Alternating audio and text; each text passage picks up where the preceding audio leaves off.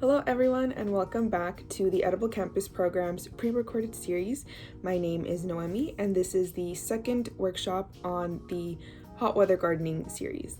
So for today's video, we're going to be talking about more ways that we can efficiently garden during the hot weather. And some of the topics that we will be covering are how to utilize shade, how to use mulch to your advantage, and also some techniques for watering. So let's go ahead and get started. So obviously one of the biggest challenges that you will face if you are gardening in an area that gets very hot is the extreme sunlight that could often be very damaging to a lot of plants. So one way to prevent this from happening or to lower the damage that your plants may receive is utilizing the shade that you have in your yard or patio area. So a lot of times the best time to start thinking about planting for shade in your area is before you even start planting, especially if you are deciding to go down the route of planting in ground. You'll want to assess your space before you even get an idea of where to place certain plants. So then that way you are able to take advantage of the microclimates that you may have in your yard or in your growing space, wherever you choose to grow. So what is a microclimate? So one definition that we can go by is a local set of atmospheric conditions that differ from those in the surrounding areas, often with a slight difference, but sometimes with a substantial one. So generally a small area within a climate zone where the climate is slightly different from the zone's predictions, and things like big trees growing nearby, architecture, and where the sun sets can all have an effect and create a sort of microclimate in your growing space. So when you are assessing your growing space, you will want to make sure that you have options for shade, which can include things like walls, trees, or a porch, and these are all objects that can be used efficiently in order to protect some of your plants. So here are some of the plants that we have at home. As you can see, they are underneath the porch up against a wall. However, they are still able to get some sunlight due to how our yard is positioned. On this side of the yard is where the sun sets. So there's still plenty of sunlight that can come from where it sets and where it rises so that it can reach the plants. If you are keeping your plants underneath a porch, this is something that you want to keep in mind, making sure that they still have access to plenty of sunlight throughout the day, because your plants will still need sunlight in order to grow. And same thing on this side of the porch. Here we have some more plants, an elephant ear plant and a smaller one. And these are more towards the side of where the sun rises, so they are still able to get plenty of sunlight in the early hours of the day and are still able to have some protection from the shade that is provided by our porch.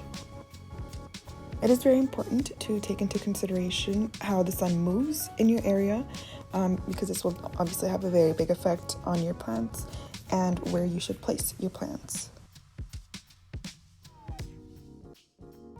And here is a smaller rosemary plant that is on the other side of the yard. As you can see, it is pretty close to the fence, and on the other side of where it is placed is the side of the house. So this plant does get a lot of sunlight throughout the day, but because it is in between the house and also the fence, that direct sunlight is limited to a certain window of time.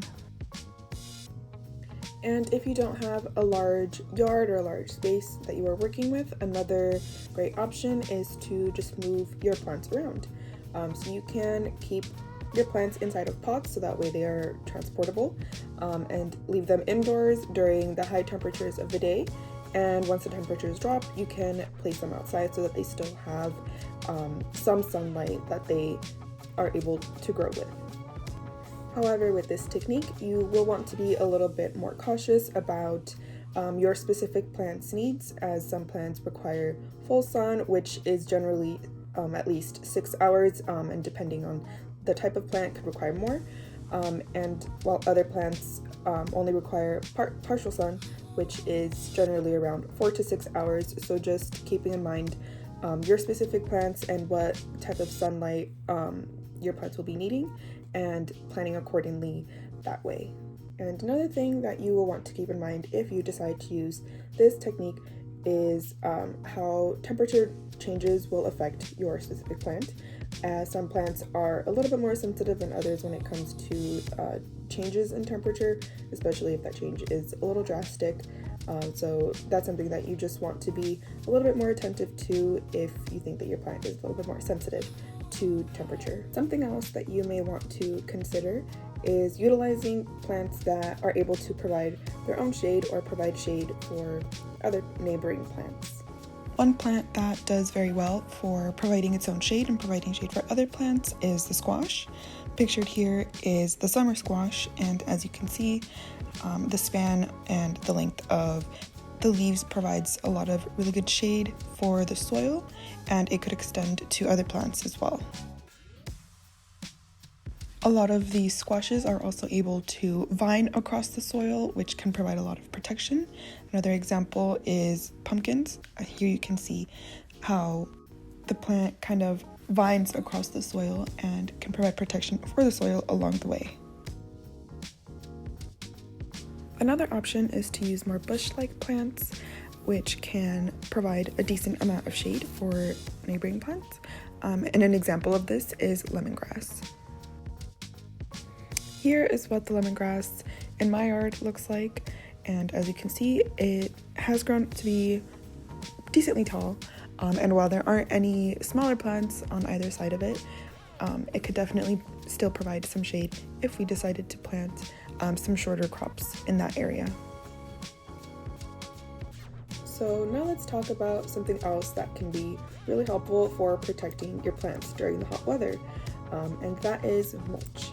So mulch is a layer of material that is spread on top of the surface of the soil, and this can include things like bark, straw, and also shredded leaves. And it's really helpful because it provides a layer of protection for the soil. It keeps the soil temperature low, and it keeps the soil and the roots especially really cool, and a lot cooler than the temperature that is above the ground. And mulch is actually really beneficial to have on top of your soil regardless, because it is also known to help reduce the amount of weeds that grow in your garden, which weeds are really any sort of unwanted grass or plant that ends up growing where you didn't intend for it to grow. Mulch allows for there to be a sort of barrier to reduce that amount, and also because it is organic material, over time the mulch can break down and add a lot of really beneficial nutrients to your soil, and overall helping the health of your plant. So now let's shift and talk a little bit about watering. Watering is a very obvious thing that we need to do when we're gardening, but when it gets hotter outside, it becomes especially crucial to understand the best ways to water our plants. You definitely want to avoid watering your plants in the afternoon as much as you can.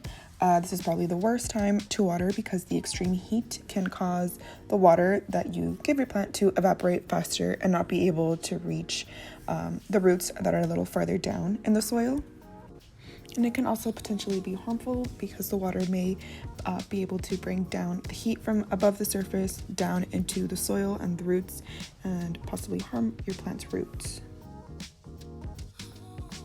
Watering in the evening is probably not as damaging as watering in the afternoon. However, watering during this time is still not the best because leftover water that is on your plant's leaves or on the soil can increase your chances of fungal diseases growing in your garden. Cool and wet conditions are an ideal environment for diseases to grow that can potentially hurt your garden, so we want to avoid this as much as possible. The best time of day to water is early in the morning before the heat of the sun comes out, so that way your plant can have enough time to absorb all of the water.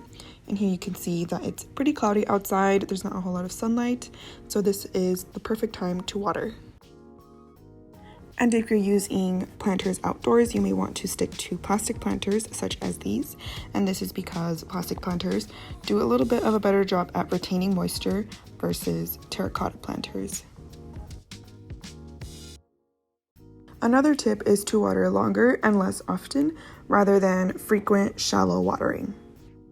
If you water frequently but not for long periods of time, what this can do is keep the roots of your plant close to the surface rather than allowing them to grow deeper. So watering for longer periods of time, less often, can allow for your roots to grow a lot deeper and allow for it to grow a lot bigger. So that is all that I have for you today. I hope that you all learned a thing or two and now feel a little bit better equipped to grow something, even if it is a little hot outside. Make sure that you stay tuned for our third and final workshop of the series. But other than that, thank you so much for watching, and I hope you all have a great rest of your day.